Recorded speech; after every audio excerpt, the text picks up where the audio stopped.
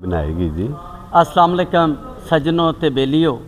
अज दी महफिल दे विच ना जी साडे पंजाब दे बड़े सीनियर पंजाबी शायर जनाब बाबा जी हजूर गुलाम हुसैन नदीम साहब तशरीफ़ लैके आए है।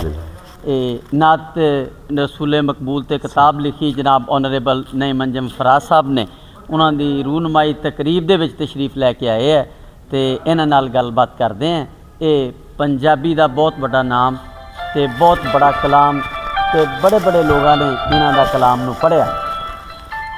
अस्सलाम वालेकुम जनाब जी। बिस्मिल्लाह वालेकुम अस्सलाम। क्या हाल चाल है? हाँ वधिया, अल्लाह सोने दा करम। जी जी, आपसे मिलकर बहुत खुशी हुई जी। मैनू भी तुहानू मिल के बड़ी खुशी हुई है। हाँ जी।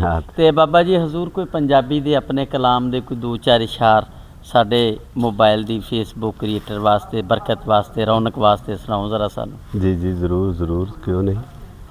कि पंजाबी का ज़ाहिर मैं छोटा जिहा, बल्कि छोटा जिहा होना भी एक होना ही हुंदा वा। जी जी कह लो कि मैं बस है ही नहीं। जी जी। ते बाकी तो अजकल जिस तरह का दौर हैगा वा सारा कुछ सुनिया हुंदा, लेकिन एक छोटी जी नज़म जी आप जी दे गोश गुजार करना कि जिंद अपनी नू सरों बनाया।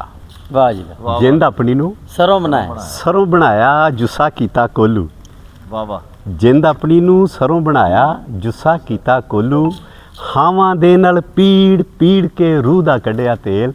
वाह वाह। इन्ना क बस कम कीता ते हो गया ओदा मेल। क्या बात है जी, क्या इन्ना बात क है, बस कम कीता क्या बात है। ते हो गया ओदा मेल। ते बाकी तो सारे जहान ने सुनिया ही है जो भी है कि उत्साह हुसैना वेख लै असी बदली बैठे भेस। जी जी। उत्साह हुसैना वेख लै असी बदली बैठे भेस। साडी जिंद नमाणी कूकदी असां रुल गए विच परदेस। क्या बात।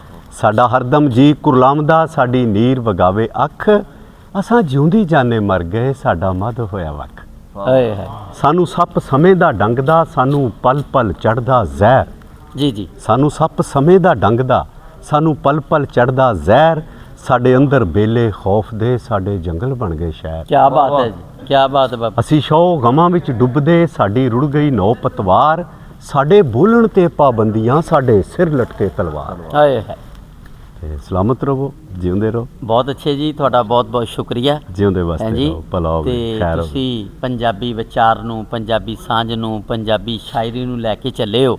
ਜੀ ਜੀ, ਇਹ ਸਾਡੇ ਸੂਫੀਆਂ ਦੀ ਰੀਤ ਹੈ। ਹਾਂਜੀ, ਸੂਫੀਆਂ ਦੀ ਰੀਤ ਹੈ ਪੰਜਾਬ ਦੇ ਵਿੱਚ ਪੰਜਾਬੀਆਂ ਨੂੰ ਜ਼ਿੰਦਾ ਰੱਖਣ ਵਾਸਤੇ ਨਾ ਜੀ। ਤੇ ਤੁਹਾਡੇ ਵਰਗੇ ਬਾਬਿਆਂ ਦਾ ਹੀ ਇਹ ਕਮਾਲ ਹੈ ਸਾਰਾ। ਜੀ ਜੀ, ਇਹ ਜੋ ਵੱਡੇ ਬਾਬੇ ਜਿਹੜੇ ਬਹੁਤ ਕੁਝ ਕਰ ਗਏ। ਜੀ ਜੀ ਜੀ, ਕਿਉਂ ਨਹੀਂ। ਤੁਹਾਡਾ ਬਹੁਤ ਬਹੁਤ ਸ਼ੁਕਰੀਆ ਜੀ। ਜਿਉਂਦੇ ਵਾਸਤੇ ਰਹੋ, ਅੱਲਾਹ ਤੁਹਾਨੂੰ ਖੁਸ਼ ਰੱਖੇ। ਭਲਾ ਹੋਵੇ।